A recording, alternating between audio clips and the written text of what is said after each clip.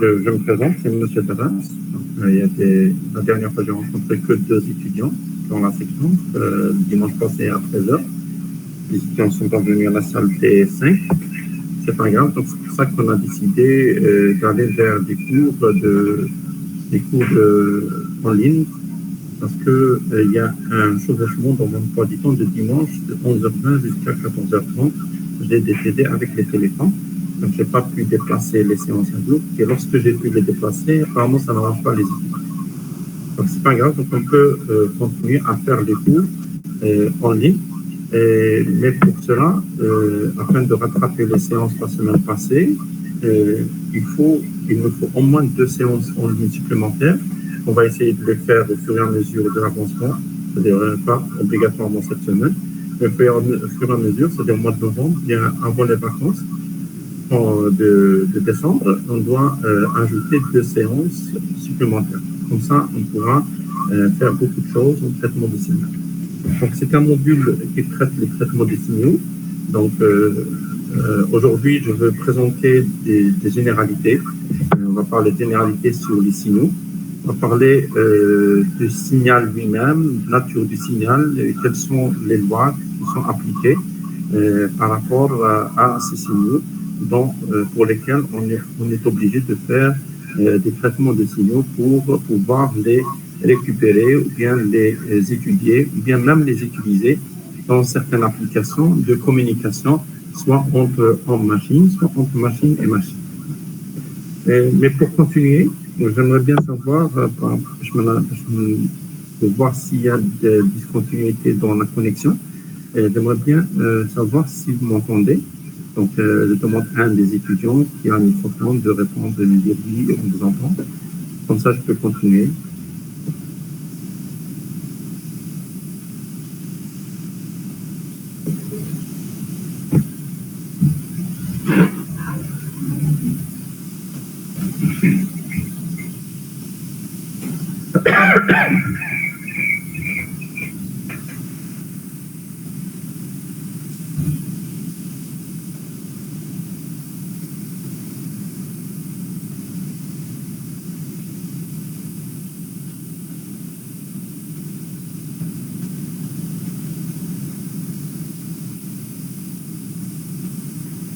Alors, s'il vous plaît, pour pouvoir continuer, je dois savoir si vous m'entendez ou non.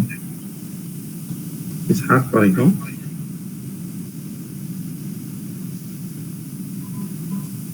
Non, monsieur. C'est-à-dire que vous m'entendez, mais pas bien. Maintenant, je vais changer de support.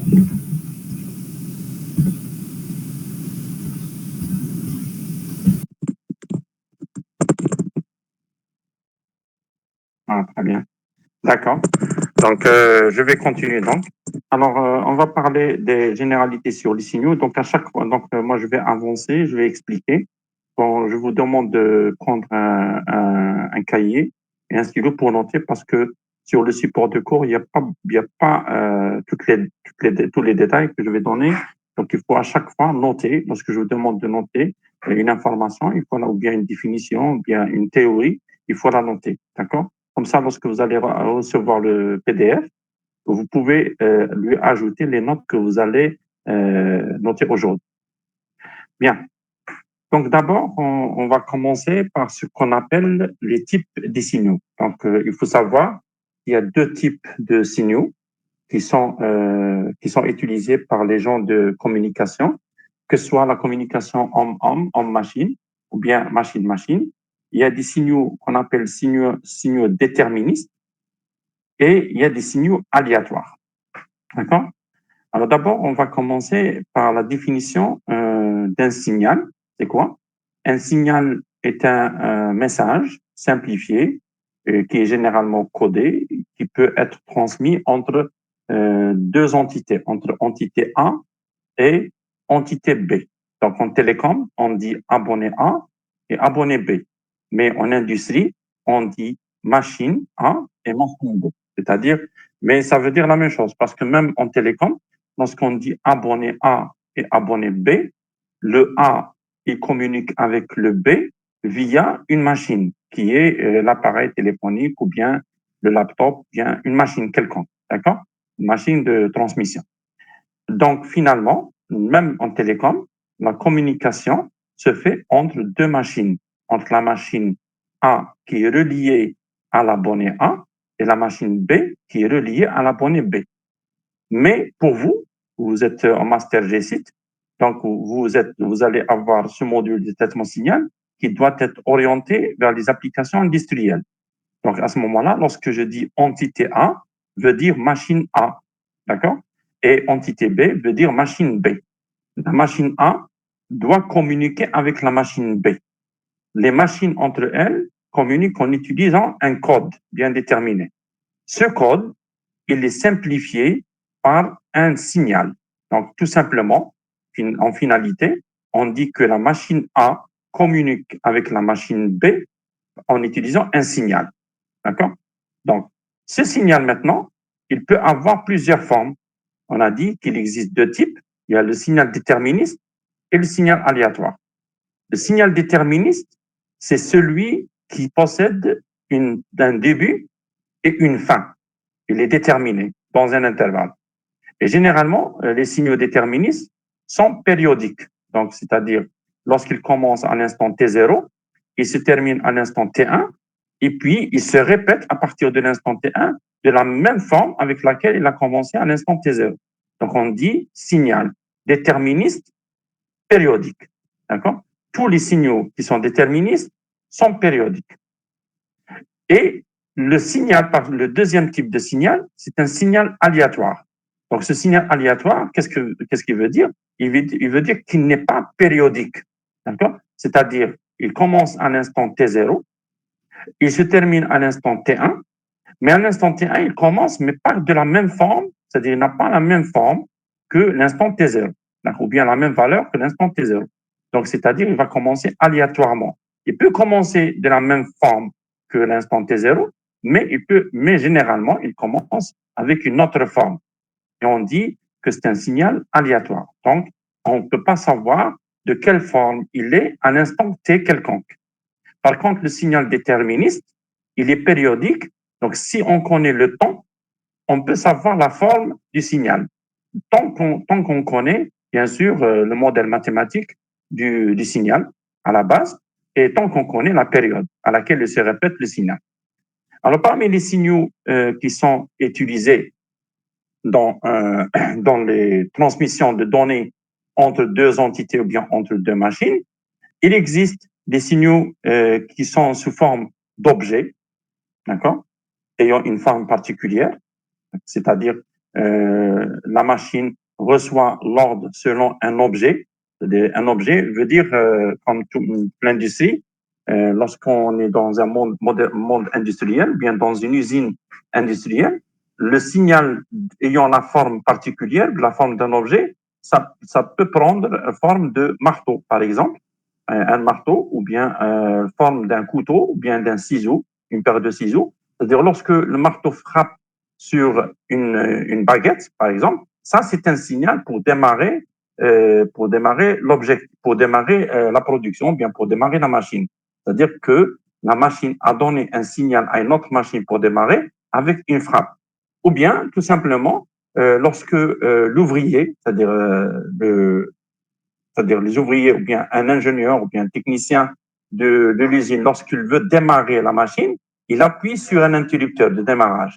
Là, c'est une forme, c'est-à-dire le signal, ici, ce n'est pas un signal sinusoïdal, bien déterministe, bien aléatoire, mais non, c'est un signal qui utilise une force physique, c'est-à-dire on appuie sur un interrupteur, ou bien on frappe avec un objet sur un autre objet.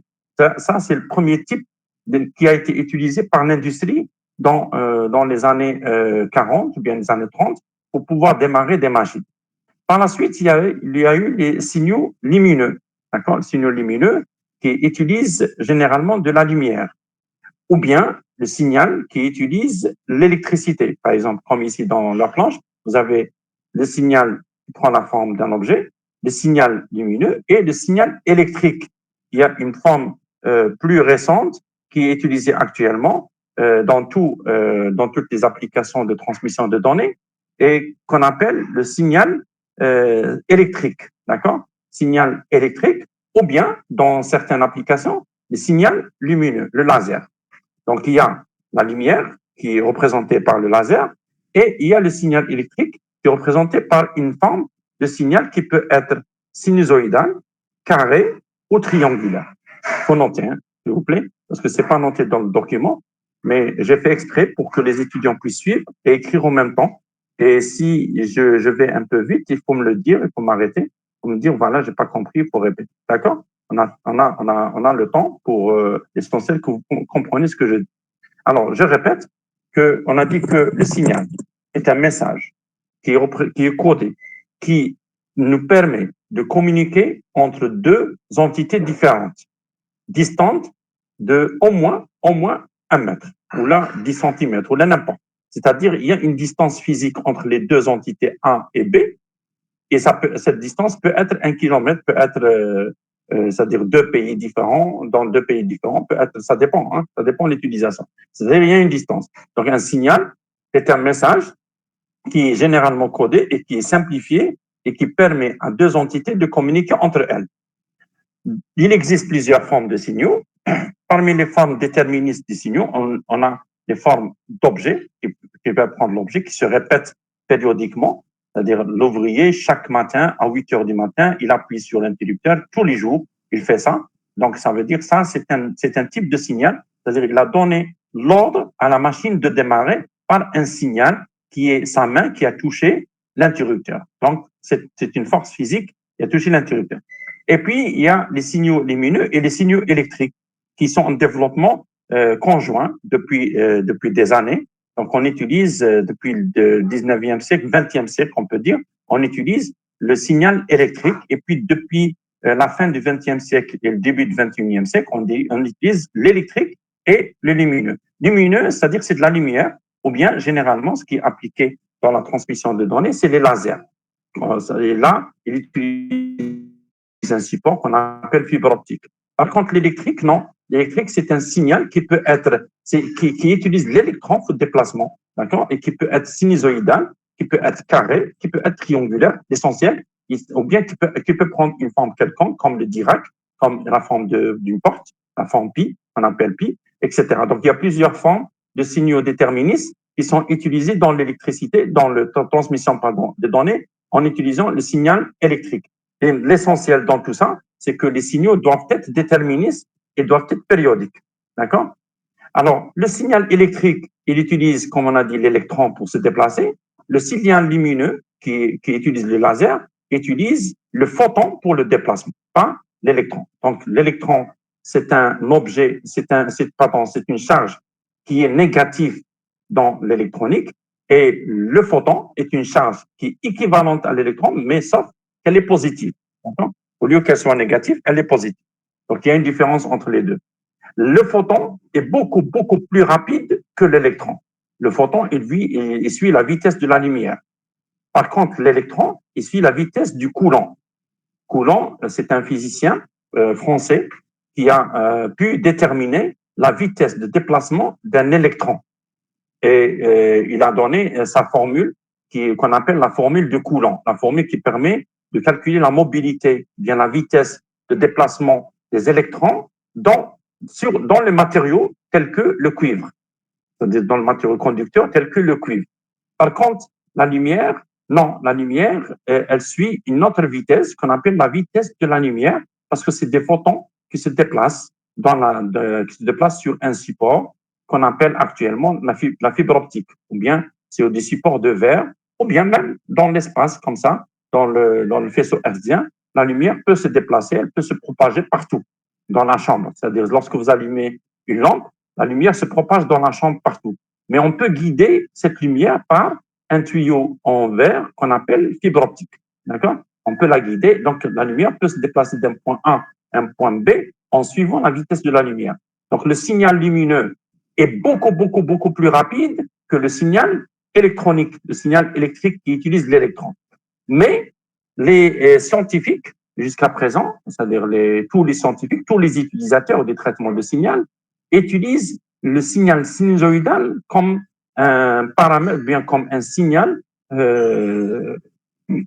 si on peut dire un signal sur lequel on va adopter toutes les théories de traitement de signal. On utilise le signal sinusoïdal, non le signal carré et non le signal triangulaire, ni le signal pi, ni le signal Dirac, ni rien, ni aucun autre signal. Seulement le signal sinusoïdal. Dans le signal électrique, hein, dans le faisceau lumineux, c'est le laser. Mais dans le signal électrique, on n'utilise que du signal sinusoïdal, c'est-à-dire toutes les spécialités, que ce soit électrotechnique, que ce soit électronique, télécommunication, informatique, physique, génie civil, mécanique, sciences de la Terre, tout, biologique, pharmaceutique, médecine, tout le monde, tout le domaine de la science et de technologie utilise le signal sinusoïdal électronique pour étudier les formes, bien pour faire des théories ou bien des traitements de signaux sur leurs machines. Pourquoi, d'après vous, on utilise le signal sinusoïdal et non pas autre signaux? Vous avez remarqué peut-être dans vos études jusqu'à ici, en faisant les études de licence ou même de master M1, vous êtes en M2, c'est-à-dire vous êtes finaliste de l'université. Donc, vous avez remarqué peut-être que dans les domaines, dans votre domaine d'industrie, ou bien d'électrotechnique, ou bien de machine, vous utilisez toujours, vous envoyez toujours un signal et vous visualisez d'ailleurs sur oscilloscope toujours un signal sinusoïdal et non pas un signal carré ni un signal triangulaire. D'après vous, pourquoi? Je pose cette question pour savoir ce que vous avez fait, parce que je ne connais pas le programme que vous avez suivi en licence ni en master M1, juste pour savoir ce que vous avez fait en études mathématiques jusqu'à présent.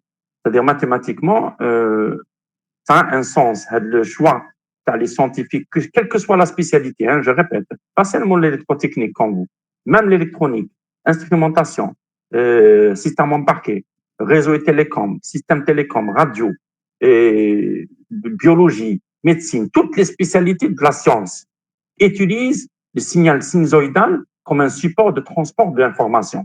Pourquoi, d'après vous? Si quelqu'un connaît la réponse, même si elle est fausse, mais l'essentiel est une discussion pour animer le cours.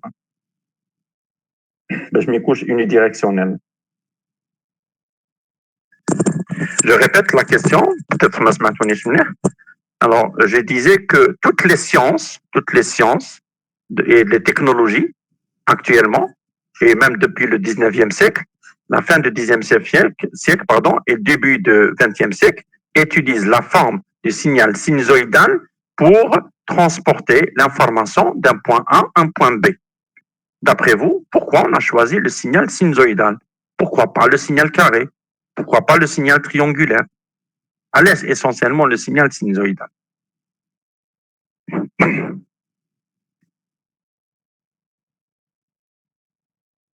Mathématiquement, il y a une raison. On va le faire dans le prochain chapitre, prochain cours, mais quand même, j'aimerais bien savoir si vous avez des informations sur ça. Si vous ne savez pas, bon. Vous avez entendu la question, j'espère. Même si la réponse elle est fausse, l'essentiel qu'il y ait une discussion. Alors, Karim, par exemple, est-ce que tu connais la réponse? Tu peux dire non.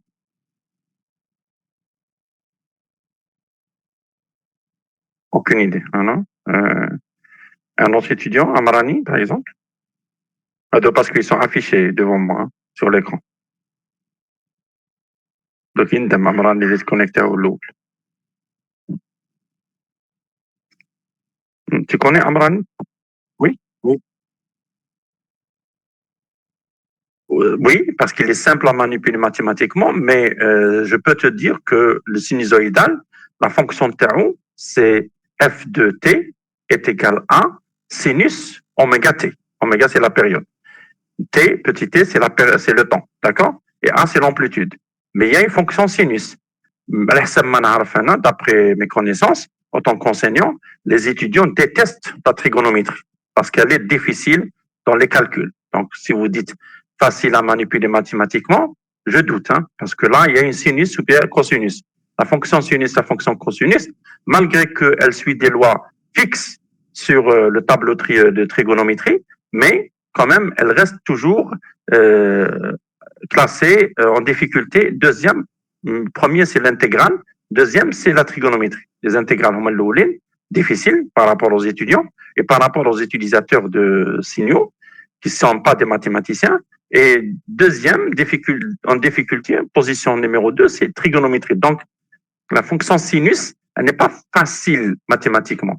Mais quand même, mathématiquement, elle a une autre raison mathématique qui permet, ou bien qui a obligé, si on peut dire, obligé tous les scientifiques à utiliser le signal sinusoïdal comme un support de transmission de l'information. Alors, un autre étudiant, peut-être il a une réponse. D'après vous, pourquoi le signal sinusoïdal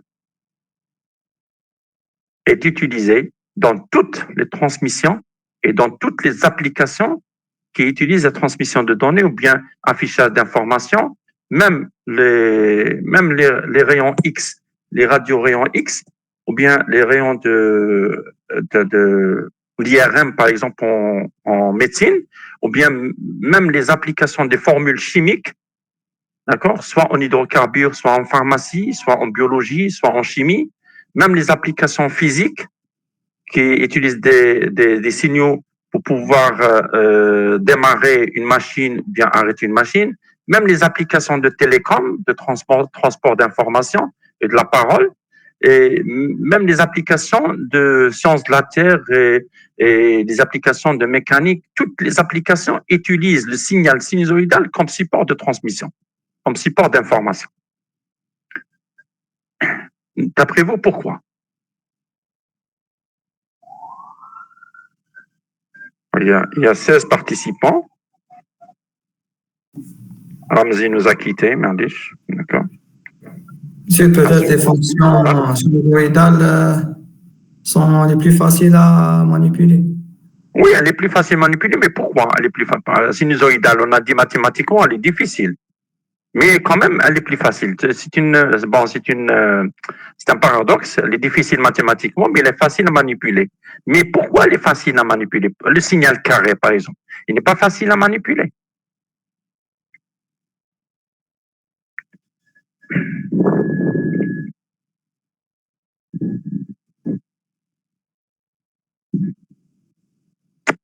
Grâce aussi à la transformée de Fourier, grâce à la série, la décomposition en série de Fourier.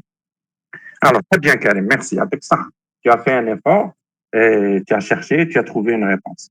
Tu peux démarrer le court terme. Donc, le signal sinusoïdal est utilisé partout, dans toutes les applications qui utilisent la communication machine-machine ou homme-machine.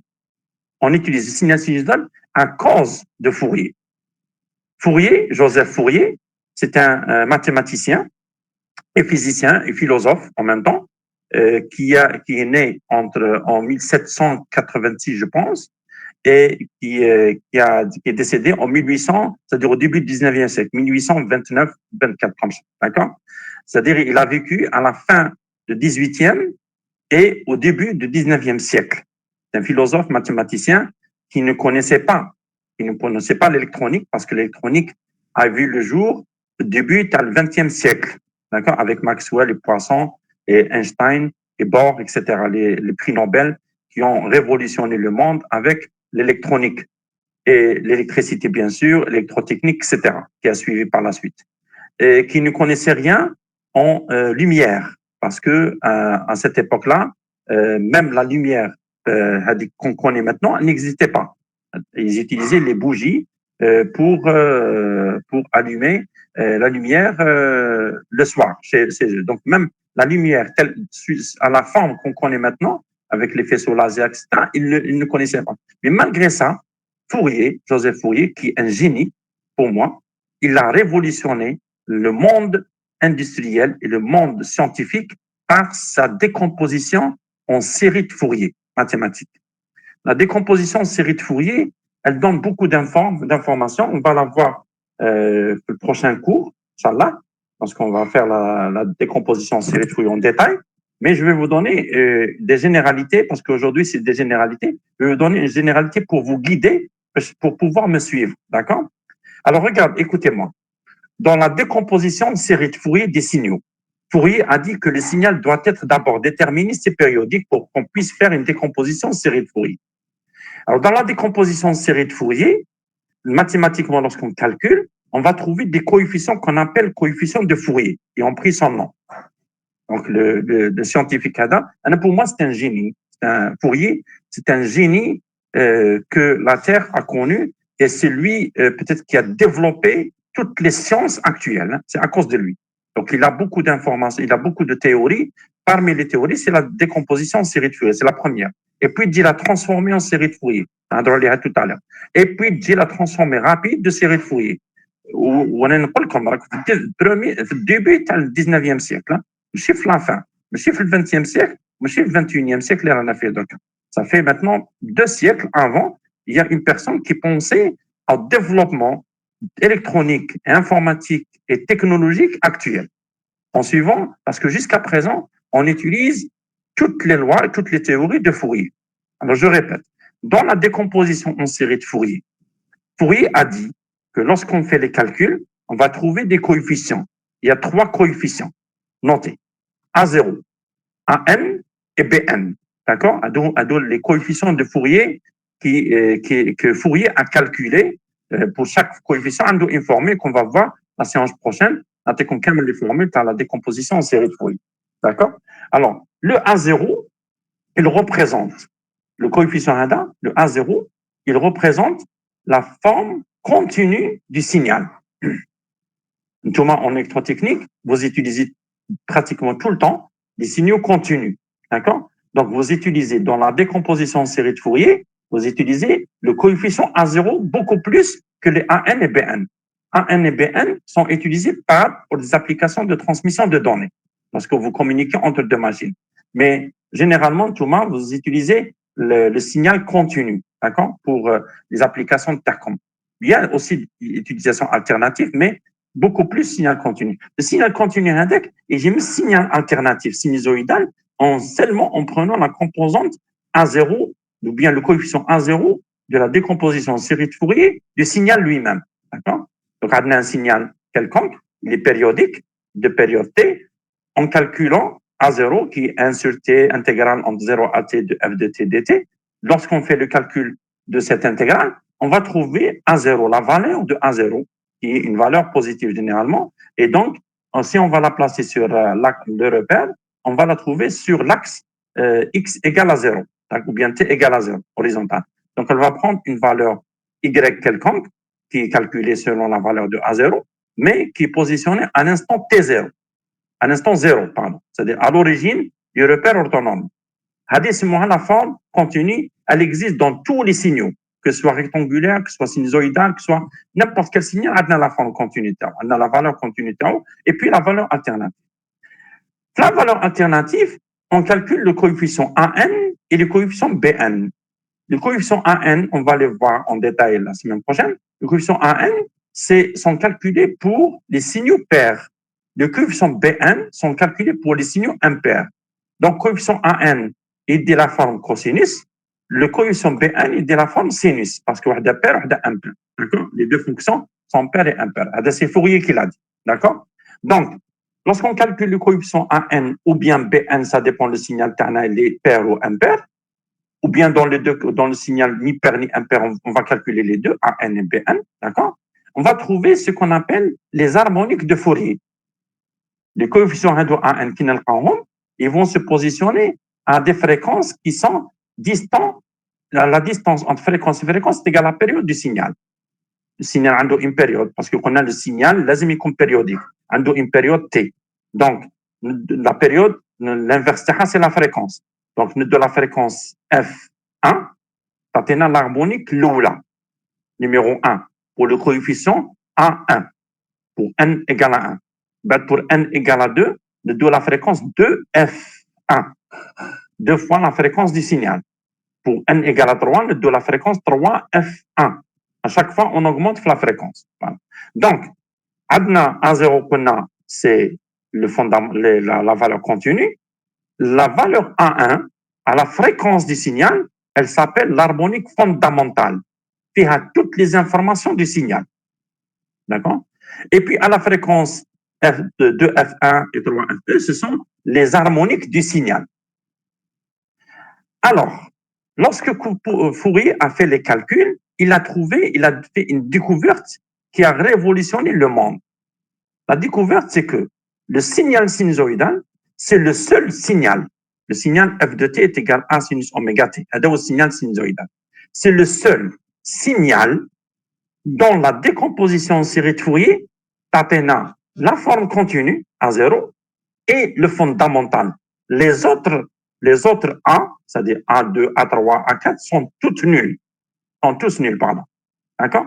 C'est-à-dire que dans la décomposition en série de Fourier, parce qu'on va le voir, on va faire même un exemple la séance prochaine, en TD, on va voir que lorsqu'on fait la décomposition et on va tracer les harmoniques, on va trouver une seule harmonique qui est l'harmonique fondamentale. Les harmoniques, ils sont nuls, d'après les calculs de Fourier, et on va vérifier même les calculs de Fourier ensemble. D'accord? Lorsqu'on prend un signal carré, ou bien un signal triangulaire, ou bien un autre signal quelconque mais périodique, qui نديروا la décomposition en série de Fourier, نلقاو A0, نلقاو le fondamental A1, ونلقاو A2, A3, A4, A5 jusqu'à le 0, jusqu'à un certain nombre d'harmoniques qui ou le 0.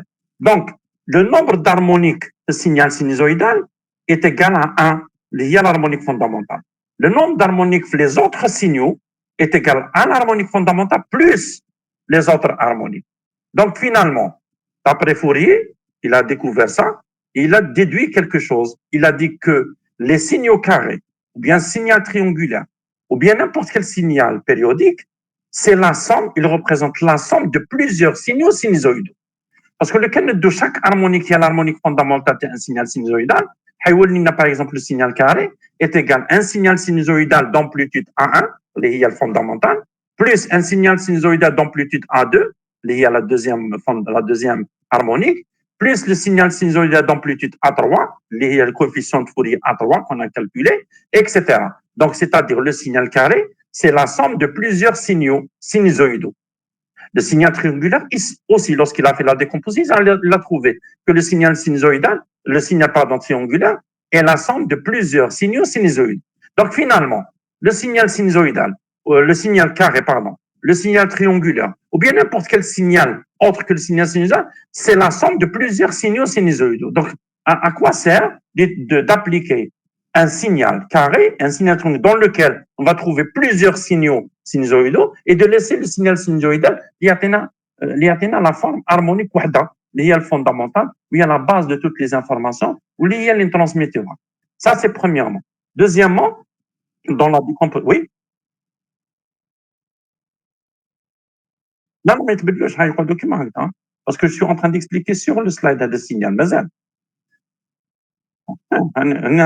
Parce qu'on a le point 3, point numéro 4, le signal électrique est une forme la plus récente du signal. On a expliqué le signal qui est utilisé ici, dans le domaine. Oui, simplifié. Oui, c'est ça, un signal. Mais c'est qu'il y a 5 points ici. Donc, le quatrième point, un signal électrique. Bon, comme les slides, ils ont juste des abréviations. Pour obliger l'étudiant à prendre note. Donc, il prend des notes. Ou la semaine prochaine, j'ai détaillé parce que c'est juste généralité sur les signaux. C'est juste des informations générales, d'ordre général. Chapitre 2, on va entrer les calculs, les détails, les traitements de signal, tout ce que je suis en train de dire. On va commencer par la décomposition en série de Fourier. D'accord? أنا هنايا يعني جيست هنا مازال ما رحت لهنا مازال ما داكور دونك أنا هنايا صافا كي بدلت الرقم يتبدلوا عندك فوالا هما ما محبسين أنا اللي محبسهم merci Karen donc je répète donc finalement Fourier a dit que le signal carré le signal triangulaire ou bien autre signal l'essentiel des périodiques tous ces signaux داخل فيهم plusieurs signaux sinusoïdaux. Donc, à quoi sert d'utiliser un signal carré alors que on a le signal sinusoïdal à la fréquence F1, à la fréquence F2, à la fréquence F3, et où on a plusieurs. Donc, à ce moment-là, depuis le moment, tous les scientifiques dans une seule direction, c'est d'utiliser le signal sinusoïdal pour les études de tawhid. Donc, le signal électrique est une des formes les plus récentes du signal, mais le signal électrique lui-même, il n'utilise que le signal sinusoïdal pour la transmission de l'information. Même dans le domaine informatique, domaine de communication, domaine d'interprocesseur, domaine industriel, tous les domaines. Et lorsqu'on injecte un signal, on injecte un signal sinusoïdal. Lorsqu'on veut transporter une information d'un point A à un point B, on transporte l'information sur un signal sinusoïdal. Pourquoi? Parce que dans la décomposition en série de Fourier, il faut la noter s'il vous plaît, la décomposition en série de Fourier d'un signal sinusoïdal donne une seule harmonique qui est l'harmonique fondamentale. Je répète, la décomposition en série de Fourier d'un signal sinusoïdal donne une seule harmonique qui est l'harmonique fondamentale. Alors que la décomposition en série de Fourier des autres signaux, carrés, triangulaires ou autres, périodiques, signaux périodiques, dans la décomposition, elle donne quoi? Elle donne plusieurs harmoniques en parallèle avec l'harmonique fondamentale. Donc, de préférence, étudier et utiliser un signal qui a une seule harmonique liée fondamentale que d'utiliser un signal qui a plusieurs harmoniques. On va tenir une raison, lorsqu'on va faire la décomposition en série de Fourier, la raison maintenant applicative pour les communications entre machine-machine, le signal carré aura le problème, même parce que des fois, on est obligé d'injecter un signal carré. Mais il y a quand même un problème, on va le voir la semaine GA, lorsqu'on va développer cette partie du cours. Ça va? Ça va, je continue? Très bien. Donc, autre définition des signaux, parce que on a dit comme la définition dans les signaux, un déterministe aléatoire. Alors, les signaux aléatoires, et il y a ce qu'on appelle le signal qui est représenté par un phénomène physique qui se produit en suivant le temps. Alors, le traitement de ce signal, il suit certains domaines. Il y a le domaine statistique, il y a le domaine fréquentiel et il y a le domaine numérique. D'accord? Il y a 3 domaines. Il y a le domaine statistique, il y a le domaine fréquentiel et il y a le domaine numérique. Le traitement de signal qu'on va les utiliser le cours le mois de décembre, Inch'Allah. Donc, on va étudier le domaine statistique. Donc, on va voir le domaine statistique, l'échantillon, la moyenne, l'écart type, la variance quadratique, la covariance, les moindres carrés, surtout les moindres carrés. Dans le premier échantillon, moyenne, écart type, normalement, vous les avez vus en mathématiques, en licence, normalement, si vous vous rappelez. Mais la méthode des moindres carrés, c'est le but de mon cours. D'accord? Mais je vais rappeler quand même les formules de l'échantillonnage, de la moyenne, du calcul de la moyenne, de l'écart type arithmétique, de la variance quadratique et de la covariance. Je vais rappeler ça, une séance. En bas, je vais aller vers la droite d'ajustement en utilisant la méthode des moindres carrés, liée à la base de la partie statistique, le traitement de signal dans le domaine statistique. Dans le domaine fréquentiel, on va voir la série de Fourier, telle que je viens de parler, et puis on va voir la transformée de Fourier, et puis le spectre fréquentiel de la transformée de Fourier. Donc, on va voir toutes les utilisations de la transformée de Fourier dans le signal. D'accord? De Fourier, de toutes les lois de Fourier dans le signal. Série de Fourier et transformée de Fourier. Et même, on va voir même en numérique, la transformée de Fourier rapide. FFT. Fast Fourier Transform en anglais. D'accord? C'est la transformée de Fourier rapide. Elle est très utilisée dans le domaine numérique de communication de traitement de signal. D'accord? Et puis, on va voir la transformée en Z, la TZ. D'accord? Et puis, on va voir les lois de Shannon qui a utilisé Fourier comme base et la transformée en Z aussi comme base et qui a donné une loi ou bien plusieurs lois qui sont appliquées, qui sont les lois de Shannon. Et puis, par la suite, on va voir le filtrage. D'accord? On va voir le filtrage qui utilise le monde numérique et le monde analogique de Fourier qu'on a vu à l'avance. D'accord? Dans le filtrage, on va voir la chaîne de transmission numérique Koshfira-Kamel. On va étudier le bruit et plus exactement, on va étudier le bruit gaussien additif. D'accord? Qu'est-ce qu'il va y avoir au cours de ce semestre? avec moi. Donc, on va commencer par le domaine, on ne va pas commencer par le domaine statistique, parce que là, j'ai inversé. On va commencer par le domaine fréquentiel, de série de Fourier, c'est-à-dire par toutes les lois de Fourier. D'abord étudier Fourier, et puis on va aller vers les statistiques et voir c'est-à-dire lorsque le signal n'est pas continu dans le temps, parce que Fourier, il faut que le signal continue dans le temps et périodique. Les statistiques, le signal périodique n'est pas continu dans le temps, c'est-à-dire il est pointu. C'est ce qu'on appelle les échantillons. D'accord? Et puis on va faire les calculs, on va aller jusqu'à la méthode de monde carré et on va terminer notre semestre par le numérique dans lequel on va voir qu'est-ce que veut dire une transformée de Fourier rapide, FFT, et qu'est-ce qui veut dire une transformée en Z, les applications et toutes les lois, etc. Les lois de Shannon, et puis le filtrage qui est utilisé dans les chaînes de transmission numérique. Et par la suite, on termine. Une fois qu'on a fait tout ça, normalement, on peut étudier le bruit dans les signaux et le problème que induit le bruit, et surtout le bruit blanc-gancien additif, dans les signaux industriels. Parce que tout le monde, les applications de traitement signal, je vais l'orienter, parce que moi, je viens de télécom. Je ne vais pas faire des applications de télécom. Je vais orienter vers le bruit blanc-gaussien additif qui est dans l'industrie. Donc, je vais voir qu'est-ce que l'industrie, le traitement de signal appliqué à l'industrie.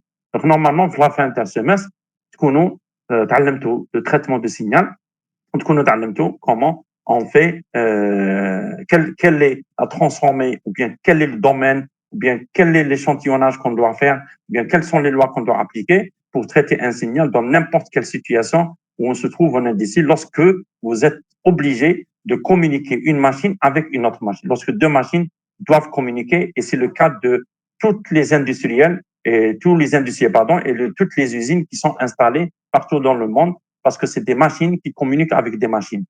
Le fait du démarrage, c'est un être humain, c'est un homme qui communique avec une machine, donc on va suivre une loi. Et par la suite, c'est une machine qui communique avec une machine. Et une machine, pour qu'elle communique avec une machine, il lui faut une chaîne de transmission numérique. Et pour comprendre la chaîne de transmission numérique, on est obligé de faire tout ce que je viens de dire, c'est-à-dire domaine statistique, étudier le domaine fréquentiel et étudier le domaine numérique avec toutes les lois, surtout Fourier, Shannon et Gauss, la loi gaussienne de Bruch. Voilà.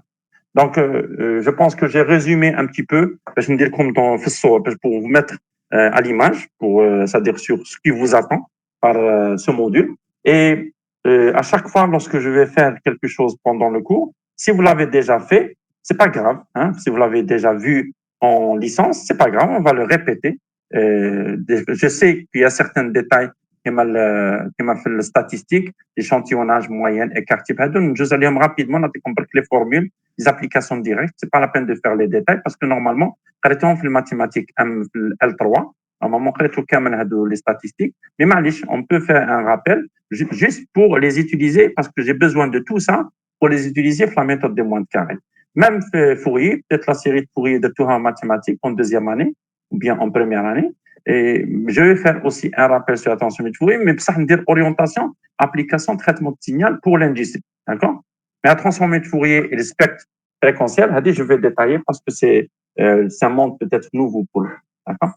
Alors, avant de vous quitter, je note comme une autre information, ou bien poser comme une autre question. Je note comme une autre information. La prochaine séance, alors, la question que je vous pose, Fourier, Joseph Fourier, il a passé sa vie, peut-être qu'elle a 30 سنة في عمره, من عمره, d'accord? Il fait des recherches, il fait un développement pour arriver à une décomposition de série de Fourier et puis à une transformée de Fourier. La transformée de Fourier, elle fait la transformation de signal maintenant, la valeur temps, seconde, c'est-à-dire la valeur temps, le temps, vers la fréquence qui est Hertz. D'accord? C'est-à-dire le signal, يكون عندنا حنا السينيال اللي تعرفوه نتوما راك تقراو ا سينوس اوميغا تي، راك تشوفوا هنا درتكم لو طون تي، هو يدير لنا لا ديكومبوزي، هو يدير لنا لا ترانسفورمي تاع لو سينيال ا سينوس اوميغا تي vers un monde fréquentiel. D'après vous, pourquoi il a fait ça? علاش ما خلاش لو سينيال قنب لي سينيال في السيري د فوريي، قنب لي سينيال سينوزويدال هو الميور، صح داكور فهمنا اكسيتيرا. Et il a eu même des prix pour ça, où c'est un savant qui a révolutionné avec cette idée le monde sciences et technologies, d'accord, mais il a continué, il a transformé le signal sinusoïdal اللي هو A sinus oméga t vers un signal fréquentiel. D'après vous, laisse derrière la transformation le temps t vers la fréquence. Pourquoi Fourier nous a obligés, il nous a obligés avec sa loi, et maintenant on est tous obligés de suivre ça. Ou on est d'accord avec lui. Moi je suis d'accord avec lui et tout le monde est d'accord avec lui. Pourquoi Fourier nous a obligés de faire une transformée de Fourier du monde temporel vers le monde fréquentiel. Le monde temporel, c'est la seconde, le temps, la seconde, la minute, l'heure, la journée, l'année, le mois, etc. Donc, c'est le temps, d'accord? Il a laissé tomber tout ça, parce que le signal est en mode temporel. Non, ne prenez pas en mode temporel, il faut le convertir en mode fréquentiel, dont l'unité, c'est le Hertz. Alors que le signal n'a pas de domaine batouche sur la radio. Parce que quand on dit Hertz, il connaît parce que le monde de domaine hertziel, le faisceau hertzien. Oui, d'accord, lorsqu'il s'agit de transmission radio. Ça qui ne bat sur un câble. Le signal ne bat, par exemple, sur le gaz. Tu bats le signal pour les utilisateurs sur un câble, un support qui est le câble, qui est en cuivre. Ou tu bats le signal sinusoïdal. D'accord? Alors, c'est battu en fréquence, mais tu bats en temps.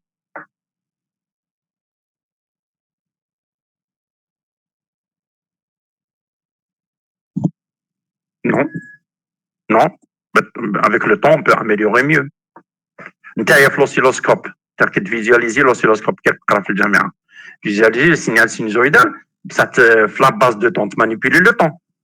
باش يخرج لك signal sur l'écran. Manipuler sur la base de temps.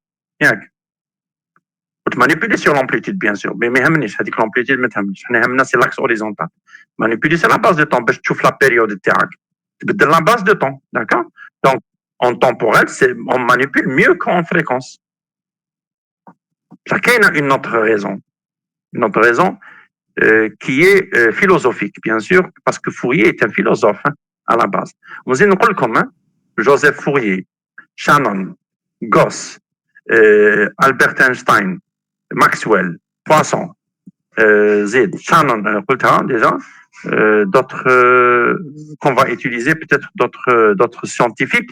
La plupart c'est des Européens, soit des Allemands, soit des Français. Kamel, c'est des Juifs. Les Juifs, lorsque je dis Juifs, c'est-à-dire Beni Israël. ماشي إسرائيل تدرك إسرائيل دولة إسرائيل. Non, بني إسرائيل. يهضر عليهم ربي في القرآن. هادو les gens هادو Fourier, Bohr, Albert Einstein, malgré qu'ils sont des Juifs, قراوا القرآن. ومن القرآن, ils ont découvert quelque chose. Au Fourier, هو الأول, من القرآن, il a découvert quelque chose. Le temps, il a laissé tomber le temps, وراح donne toute une transformation avec la transformation de Fourier. C'est des calculs intégrales, exponentiels, etc. Donc, même complexe et tout, c'est très compliqué. Mais ça قال لك non. معليش نديروا هاد les calculs, ça نخرجوا من mode temporel ونروحوا للمود فريكونسيال. وهذه لقاها في القرآن. وشنو هي la raison d'après vous? انتوما des musulmans. Enfin, احنا ثاني l'information, monsieur. على جال؟ L'ordre de l'information. باه ما يتبعش الوقت. وعلاش ما يقدرش يتبع الوقت؟ كي يكونوا بليزيور دانفورماسيون باش يلحقوا كامل على جال، ماشي زعما يستنى الوقت باش تلحق الاولى باك الدوزيام باك. بصح علاش ما يقدرش يكونترولي الوقت؟ هذيك ما على باليش. ما يكون على بالك، اوني دي ميزيلمون. شكون هو اللي كونترولي الوقت؟ كي كريي لو طون؟ ربي سبحانه وتعالى. الله سبحانه هو اللي خلق الوقت. à l'instant T0 il a créé الكون، خلق الكون. داكور؟ الكون هذا اللي عايشين فيه حنايا. à l'instant T0 est égal à 0. من تماك بدا الوقت. لا فان تاع الوقت الله سبحانه وتعالى اللي يعرفها، اللي هي الساعة. احنا مسلمين نعرفوها، وهذه مكتوبة بها في القرآن، اللي كاين بداية T égal à 0 حتى لا فان اللي هي يوم القيامة. دونك هذا الوقت من تي ايكال 0 حتى لافان كاين غير الله سبحانه وتعالى اللي يقدر يكونتروليه. بيرسون ميم انت ني موا ني بيرسون ما يقدر يولي او مارش اريير في لا في تاعو في لو طون. c'est-à-dire لو سينيال هذاك لو كان تبعوا سينيزويدال كان تبعوا باغ اكزومبل سينيال تمبوريل تبعوا في لو طون à l'instant t0 il est à la position 1 à l'instant t1 يولي à la position 2 ما تقدرش ترجعوا la position 1 كنت تقدر ترجعوا la position 1 ça veut dire تقدر ترجع اي انسان 2 ans 3 ans en arrière ولا un siècle en arrière c'est-à-dire تقدر دير un voyage dans le temps. Alors Fourier il a compris que personne ne peut revenir en arrière et personne ne peut prévoir l'avenir. Personne ne peut vivre عاود يولي يعيش le passé تاعو من جديد يولي en arrière et personne ne peut prévoir l'avenir. Donc le temps ne peut être contrôlé que par le Dieu. Alors dans ce cas, puisque je manipule des signaux وما نقدرش نكونتروليهم في لو طون ما نقدرش نعاود نرجعهم en arrière, de préférence choisir un autre domaine virtuel اللي هو le domaine hertziel, le domaine de Hertz, le domaine fréquentiel. ودير هذيك لا ترانسفورمي تاعو mathématique, donc il a pu transformer le temps vers un autre, si on peut dire, une autre unité virtuelle. Parce que le Hertz, on ne le mesure pas. Mais qu'est-ce un instrument qui permet de mesurer le Hertz? D'accord? Donc c'est une unité qui est virtuelle créée par Fourier. Allez, je crée parce que dans le domaine hertzien, je peux revenir en arrière, je peux avancer, je peux prédire l'avenir. Fait le domaine hertzien. Ça fait le domaine temporel, je ne peux pas. Il n'y a que le Dieu subhanahu wa ta'ala qui يقدر يعرف l'avenir ou là Allah subhanahu wa ta'ala qui يقدر s'il veut ne faire revivre le passé. Le contrôle du temps, il ne peut pas être fait par des êtres humains. On manipule des machines. On est des êtres humains qu'on manipule des machines. Les machines utilisent des signaux. Les signaux, si on les laisse dans le monde temporel, on ne peut pas contrôler la machine. On ne peut pas arrêter la machine, faire revenir la machine en arrière ou bien faire avancer. Mais par contre, dans le domaine fréquentiel, je peux. C'est-à-dire, tu l'oscilloscope, visualiser le signal sinusoïdal. Tu manipuler la base de temps.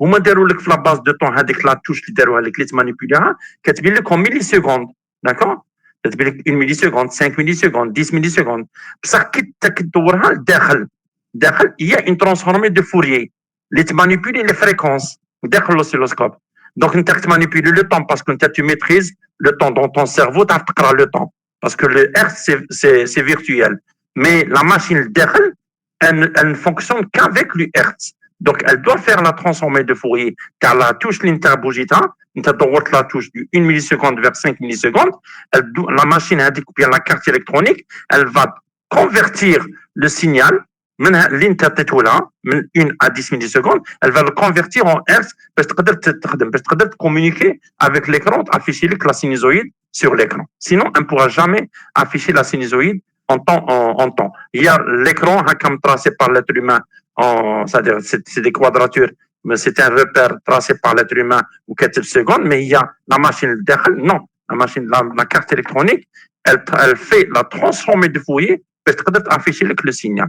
Elle ne peut jamais afficher le signal en temporel, à l'instant t égale à 0, à l'instant t est égal à 2, en même temps, tu vas te débrancher ou tu vas te brancher, tu as le même signal. Mais qu'est-ce que je dis? C'est Fourier qui a dit ça, et donc Fourier a découvert ça lorsqu'il a bien étudié le Coran, et il a trouvé, d'après le Coran, parce que c'est des juifs, ils savent très bien que Risala Allah subhanahu wa ta'ala ma'a Sayyidina Muhammad, c'est une Risala حقية وصحيحة. صح هما ما حابينش يقولوها برك هذا ما كان، mais هادو les scientifiques, ils ont découvert بلي la vérité راهي تماك، مشاو قراوها وفهموا.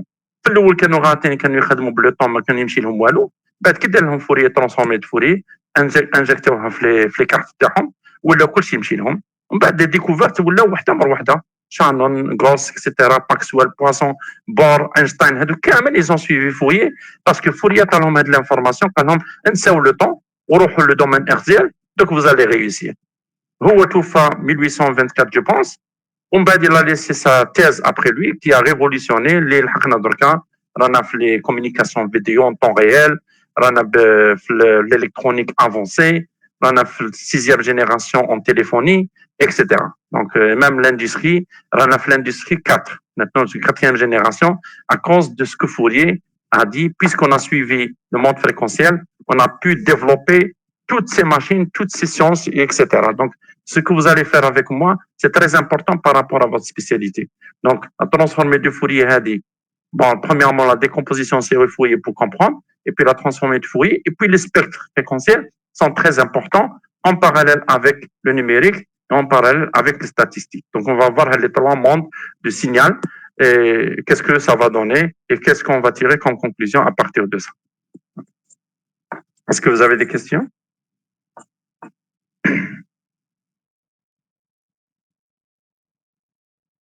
Vous avez compris ma réponse? Hicham.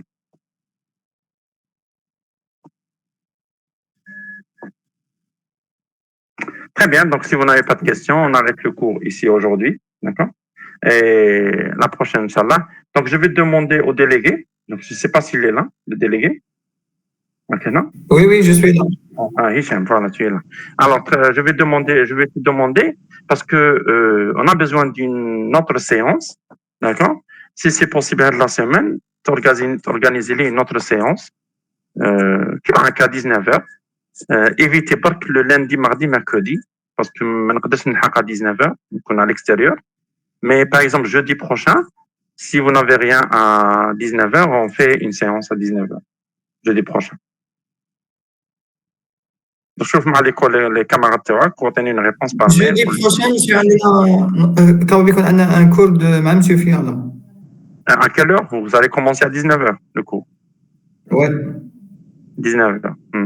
Et avant, on ne peut pas faire un cours à 1h, c'est-à-dire à 17h30 ou là. Sinon, ça va être tel dimanche. Sinon, ça va être tel dimanche prochain, d'accord? Et dimanche prochain, on ne va pas faire de 19h à 20h. Donc, on va aller jusqu'à peut-être 21h ou la 20h30. Hein. Ça ne vous dérange pas? Si ça ne vous dérange pas... à 17h. Donc, je fais les étudiants. Les étudiants, à 17h30 ou les câbleaux. Sinon, le dimanche prochain, on déroge le soir, on déroge 1h. Donc, on va à 19h, ça m'écoute jusqu'à 20h, comme l'hôtel 21h. Ok, monsieur. Ok, tu me donnes la réponse.